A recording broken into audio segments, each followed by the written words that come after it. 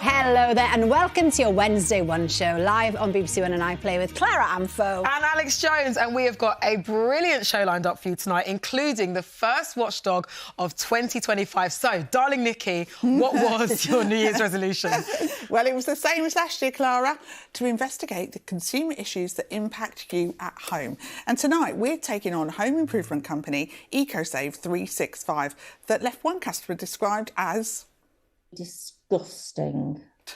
They have no morals whatsoever. Find out why its broken promises made Linda feel that way and what we did to help. Also, if you're planning a holiday to beat those January blues, you might want to stick around to hear our investigation into Booking.com. Now, it's very easy to book flights, not so easy to get a refund when things don't go to plan. Plus, I'll be letting you know how your energy provider could help you this winter. Thanks, Nikki. Also joining us tonight is someone who's travelled the world looking at beautiful outdoor spaces. But tonight, Monty Don is showcasing the magnificent gardens right here on our doorstep when he tells us about his latest series, British Gardens. Excited much? It looks stunning. And from the best of British to a spooky Swedish island, actors Nick Frost and Aisling Bea will be here telling us about their new comedy horror film Getaway, which sees a family holiday take an unexpected turn. And if you have a comment on the show or a question for our guests, then do message us on our WhatsApp number. It's brand new, 0330 123 1700, or you can scan the QR code there. That might be easier. I love hearing you say QR code. I really do, Alex. And of course, you can still contact us on email or on socials in all the usual ways. And lots of you have been contacting Watchdog, of course, over the holidays. And one talking point was energy bills. Yeah, that's right, Al. With all this cold weather and with energy prices set to rise again in April, it's so important to try and keep our homes as energy efficient as possible. But at what cost? For some viewers, a knock on the door with an offer to help has left them hundreds of pounds out of pocket. When you pay a deposit for some work and the situation changes, it's important to know you can get your money back. Normally a 20% deposit stays certain. Yeah. That you would pay on the day of sale. Just say, like, I couldn't do the work. Would I be able to get a refund of that deposit? You would, yes. OK, fine. That was a sales rep from home improvement firm EcoSave 365, which specialises in replacing the glass in people's windows. Here on its website, it claims to deliver the highest standards of customer care. On the face of it, the company comes across as reputable, but there are signs that not all is as it seems. Tracy lives in Stoke-on-Trent with her husband, Derek. They first came into contact with EcoSave 365 in March last year. We had a cold call and ring the doorbell. He said, would we like a free no obligation quote to have the roof changed on the conservatory? The EcoSave rep advised it would cost nearly £4,000 to replace the glass roof. But shortly after they paid £867, the company's surveyor called. He said he didn't think the roof would take the weight and he couldn't guarantee the glass would actually fit. We said, well, we're cancelling. If a company can't fulfil a contract like this, it has a legal obligation to refund the customer. But EcoSave didn't see it that way. Kept ringing them up and they come out with an excuse after excuse. How do you feel? Hurt and upset, don't we? And it's not just Derek and Tracy. We found more than 50 complaints online about deposits not being refunded. Humberside Police also issued this warning about EcoSave 365, calling it a cold calling scam. The company name bears a striking resemblance to EcoSave Windows, which is a reputable firm in no way associated. It was forced to issue this warning on its website. To test the depth of its deception, we decided to put EcoSave 365's claims under the glass. It boasts about being a member of the Glass and Glazing Federation Industry Dispute Resolution Scheme, something Michael and Lorna were relying on when the company pulled out of repairing one of their windows and wouldn't refund the £200 deposit. But the Federation had bad news for them. Sorry, we can't look at this because they are not a member. It just makes you angry that they can just do this to But people. the fact that they advertise that they are a member then that is very, very misleading. The Glass and Glazing Federation told us it is asking EcoSave 365 to remove them from its website. And there's the cold calling, something Trading Standards is highly critical of, but EcoSave 365 seems to specialise in. Last February, Linda from Cheshire had a knock at the door. Even though we've got a sign up saying that we're not interested. But in this situation, I was interested because it's a job I was thinking of having done. Happy with the quote of £2,400 for a new door and window, Linda paid a £479 deposit. But when she phoned to arrange the installation, the company said the work would cost more. Probably another £300-400, which I said, no, I'm sorry, I'd rather have my deposit back. Despite qualifying for a refund, Linda is still waiting nearly a year on. And then, last month, she and her husband Ian, who has dementia, had another visitor. My husband answered the door, I was upstairs, and then got a phone call. And he said, we've just called, and your husband said you're interested in some glazing being done. Did you say you're from EcoSave? Yes, that's right. What do you make of all of that? Absolutely disgusting. They have no morals whatsoever. We put all these points to EcoSave 365. It said it takes all complaints seriously and sincerely apologised to the complainants if they felt there was a delay in review. It cited expansion over the past year, leading to administrative problems, which it was now investing in to prevent a repeat of the issues. Following its own investigation, the company has made a full repayment to the customers. EcoSave 365. Your deception and cold calling has got to stop. And if you can't fulfil a contract, you've no right to keep people's money. You tell them, Nick. Yeah. I mean, it is great that they've got their money back, but Really they should good. never have been put in that position, should they? No, not at all.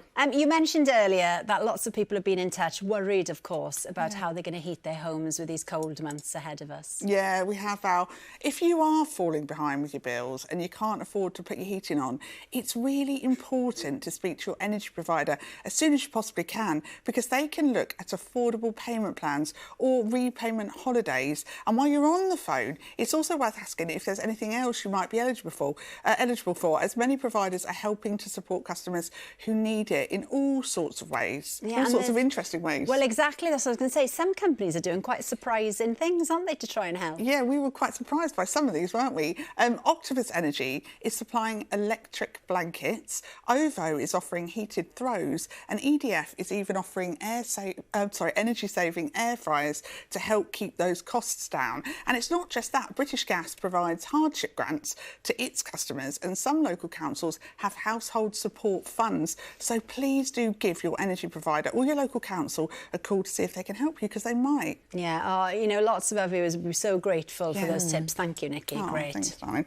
Now, next up, I'm talking cancelled flights, guys. Cancelled flights. Now, this is Katie.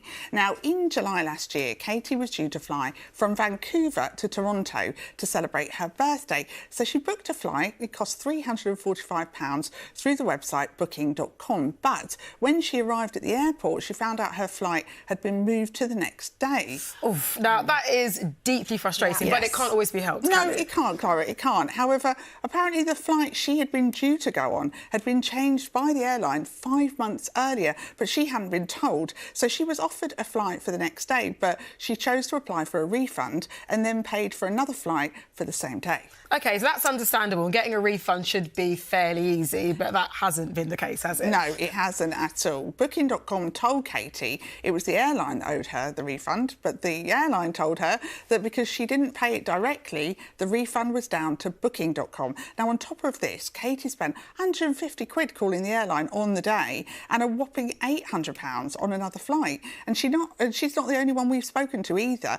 Now, you've got someone on your iPad, haven't you, Clara? I do have Adam. So Adam used Booking.com to buy flights flights for his family holiday in Tenerife, essentially almost 2 years ago now, July 2023. Right.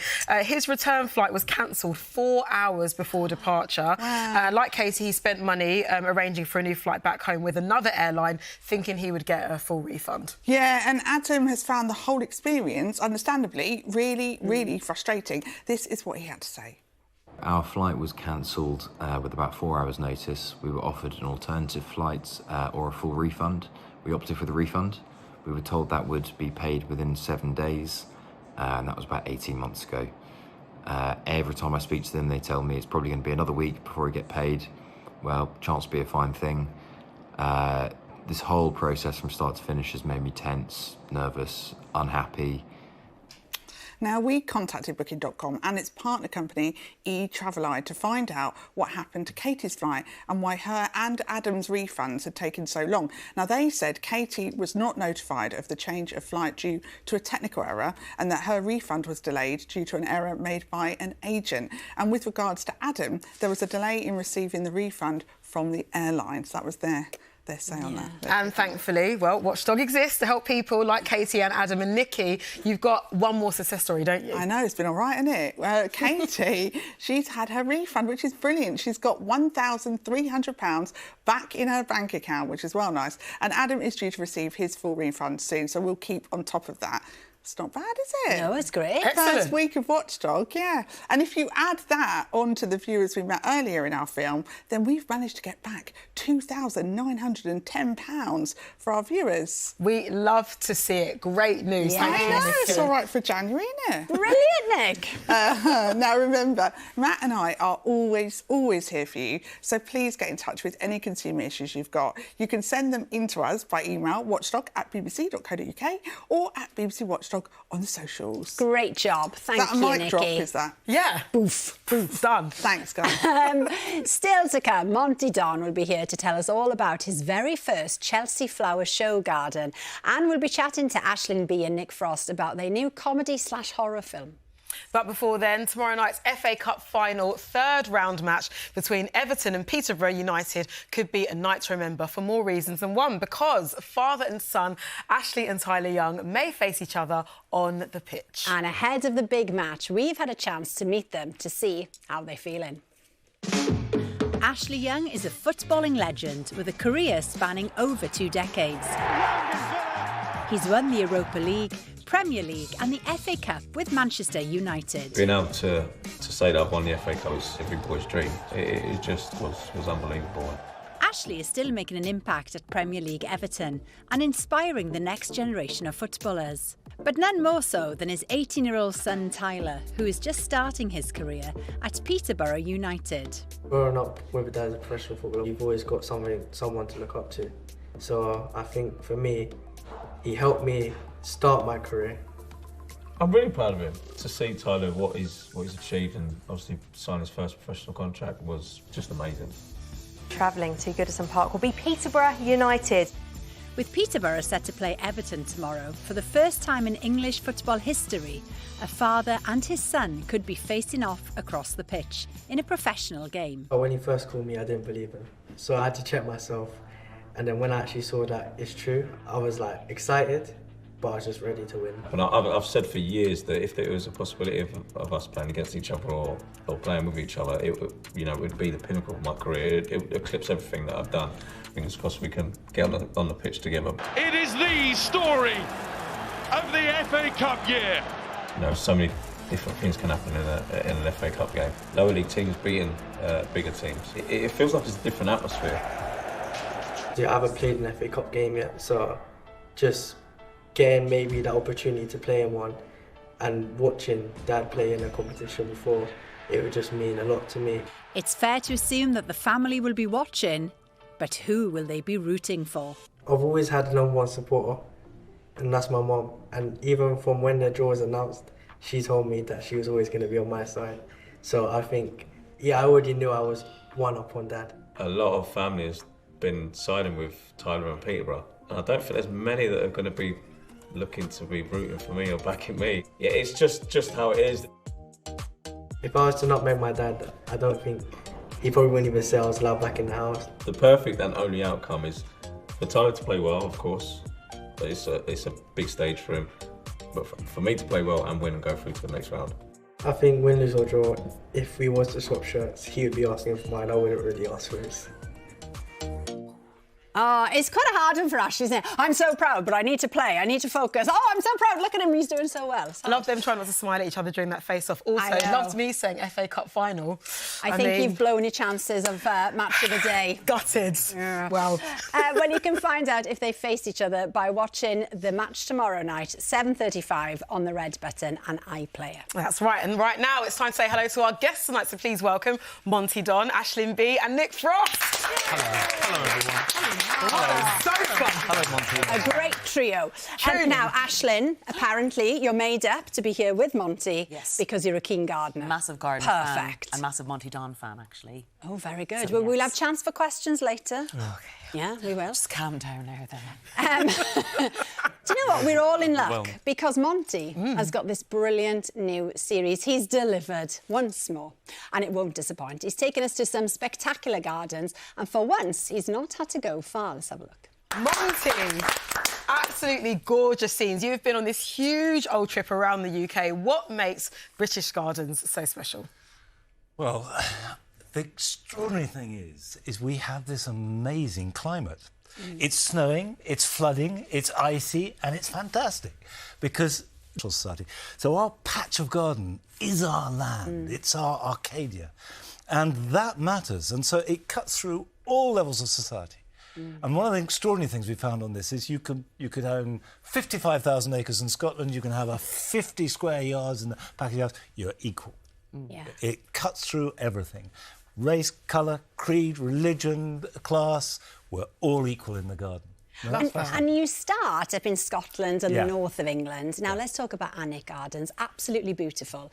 But what's lovely about them in particular is that they really open up the idea that everybody should visit and it should be a place for people to enjoy, isn't it? It was an extraordinary idea. The Duchess decided to make this vast public garden. And I don't think anyone's done that before, to make a garden deliberately for the public that they can enjoy, spending millions. I mean, millions and millions and millions. And I'd never been, I wanted to go. And I remember talking to someone years ago saying, what is it about Alnwick? And this was a guy who lived in Newcastle. He said, it's because it's ours. And that's really, that's special. It's in Northumberland, if people want to visit, and we saw right at the beginning of that bit of footage there, they had that amazing water feature, and they actually encourage children to play in it, the best don't thing they? about it, I went there, we went in, and when you go to garden, you're always looking around, what can we film, what's going on here? And I saw a row of toy tractors lined up in front of that thing. I thought, this is the place. They encouraged children to muck about. And to enjoy it. Encourage people to sort of run around and bash into things and have fun. They're not I think trying letting to give a team children drive tractors is just... you're asking for trouble, I think. Don't teach them young, though. Now, speaking of impressive gardens, Monty, this year, the Chelsea Flower Show, you've got something very special up your sleeve. You're teaming up with Radio 2 and RHS to create a dog-friendly garden. What more can you tell us about this? Well, I call it a dog garden because everything in it is designed for dogs, to celebrate dogs, to a certain extent by dogs. We've got one part of the garden where dogs can just meander around and choose where they go and plants growing up. I've got a shed which I'm going to have a screen-playing dog television. We're going to have chairs with stuffing coming out so only dogs can sit in them. There's a wallow so the dogs can sort of splash around and lie on their backs and get nice and wet and cool. A lawn with balls around. So it's fun. It's just when you see a dog having a dream, dog driving tractors, get them in there, let them Again, I think you're asking for trouble. But... when you see dogs having dreams and they're asleep, they're probably like trying to run around a garden like yours. That's all they're doing, and it's going to Battersea Dogs Home. Oh, perfect. And the Queen has agreed to open it. Can't wait to see that one. Gorgeous. Lovely. Now, you talked about flooding, and actually you've had bad flooding at Longmeadow, haven't you? Yeah, we have. You know, lots of people up and down the country will be experiencing this at the moment. How do you deal with it? Can the garden recover? What do you do? Well, if I knew the answer glibly, then I'd solve a lot of problems because it's about climate change and it's growing and it's changing. We have to adapt what we're doing. I mean, in this series, what was fascinating was seeing how climate change was affecting the gardens and what people were doing about it. And I think that by and large, we're finding plants are more resilient than we thought. Before we thought you either had damp plants or dry or hot or cold. Actually, they can adapt quite well. But at the moment, it's down to common sense. I mean, I have no magic answer. Like everybody else, my garden's flooded, I'm having to adapt, I'm learning. But gardeners are on the front line. We're right in the face of it. I mean, one of the things I always feel is we deal with weather. Weather is our medium. And the weather is changing, so we're watching that. But just leave it, you think? I think, yeah. I mean, obviously you can improve drainage. You can have raised beds for vegetables, for example, is a really good idea. And I'm doing that more and more. And just when you plant, for instance, trees, keep them up off the ground. If you look walk around the park or whatever, you'll see trees are always on a slight raised, sort of pediment almost. So plant them high. Don't bury them down. But more than, I mean, as I keep saying, it's just common sense, really. There's no horticultural little bit of magic that will solve the problem. What about putting loads of sponges around? Yeah. Sponges are good. Soak up I think next year at Chelsea, I'm going to do a fish garden. Oh, nice. You know what? Aside from sponges and fish, I have to say, Chris has got a very important question for Monty, which I think we can all benefit from. It's a good one. Shall we get into it? Yes. OK, Chris has said, Monty, if gardeners were allowed only 3 gardening tools, what would they be and why? A good spade. Essential. I've got the same spade you want to I've bury had. your ex or something like that. Well, my spade I watched being made for me, and I've had it for 40 years. It's beautiful. Good pair of secateurs, essential. It's absolutely part. And probably a trowel is the other thing. But you probably need more than 3. OK, well, for those 3, we appreciate spade, secateurs and a good trowel. And buy the best you can afford. And the best you can afford. Yeah. Thank you, Monty. Well, Monty Don's British Garden starts on Friday evening at 8 o'clock on BBC Two and iPlayer, and we very much look forward to seeing Monty's Chelsea Flower Show garden in the spring. Absolutely. Now, from spectacular gardens in Britain to a sinister Swedish island, because Nick and Aisling have joined forces in their latest film, Getaway, about a family holiday with a twist. Before we talk more, let's have a look. Can we buy tickets here for the ferry? Where are you going? Oh, we're going to Volta. Volta? You cannot go there. You will not be welcome on Falta. Why have you come here today? It's our holiday. We're also here to see your wonderful play. To enjoy your time on Svalta. It will be short. I feel like we are being watched. You will leave this place one way or another.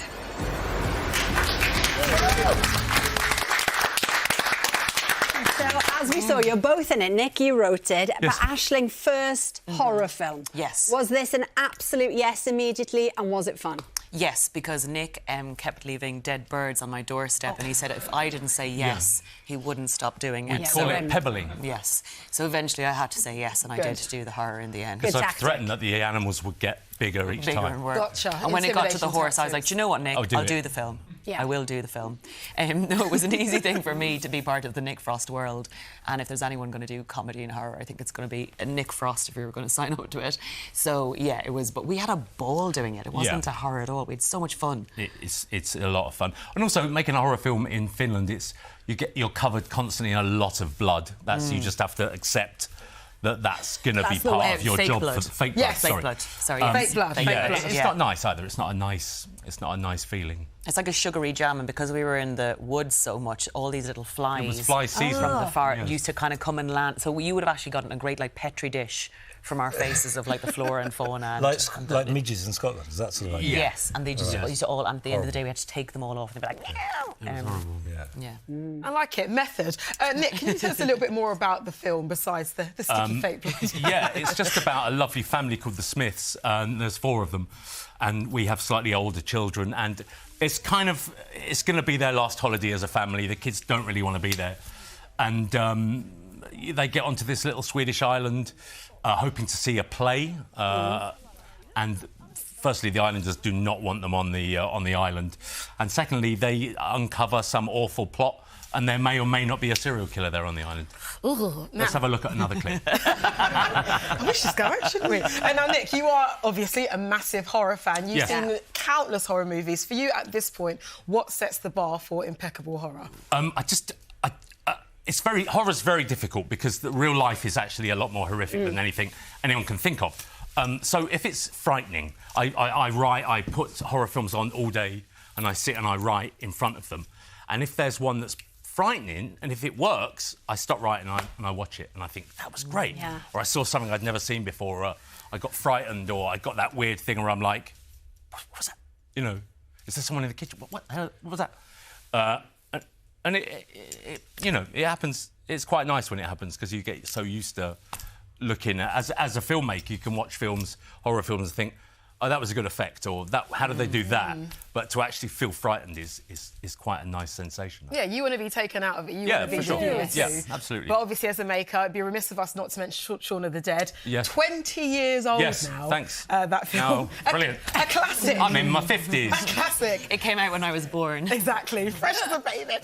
Now, George A. Romero, who is an icon, you know, he directed The Night of the Living Dead. there he is. I know when the film first came out, you arranged a screening for him to see it, and he gave you great feedback. Was that one of the most surreal moments of your life? Yeah, of course. You know, Simon, Peg and me and Edgar had grown up watching George's film, so to kind of get Uncle George his thumbs up was amazing, because, you know, we were just a group of lads making a zombie film. And to get him to his approval was amazing, you know. Aisling, have you ever had a moment where you've had a bit of a pinch me moment, somebody that you admire have, you know... It's weird, because we work in this... Monty Don. we well, like... tonight. Yeah, on Monty Don, talking about flooding. Right I've now. been dreaming about this for years. But she's not joking. Yeah, I'm not. But I remember, and it sounds random, but in this world you start working with so many different types of people, so the novelty can wear off a little bit. But I won a comedy competition when I just started stand-up, and Dustin, the Irish puppet turkey, got in touch with me via Twitter, and my sister was like, he did not. There he is. And he represented Ireland in the Eurovision, not as successfully as we would have hoped as a nation, a couple of years back. But he got in touch on Twitter to say, congratulations, go on, you good thing, for winning the competition. Wow. And we were like, oh my God, dreams can happen, Monty Don. I tell you, just when you think life has run out of surprises. So that was a big old day. Good old Dustin. Yeah. Well, Getaway is on Sky Cinema and now from this Friday. We've got a little comment for you, Monty. Oh, yes. Here it is. Ruby says, I'm so excited for Monty's new series. The gardens look absolutely stunning. Ruby, you are in for a treat. Well and truly, thank you so much to all of our guests tonight, and of course Nikki for Watchdog. Tomorrow I'll be back with Lauren, and we'll be joined by Bank of Dave star Rory Kinnear, and Helen Skelton will tell us all about her new hit series, Lost and Found in the Lakes. Plus Matt Allwright will be in Bradford as it gets ready for the City of Culture opening ceremony. We'll see you then. Have a lovely evening. Bye-bye.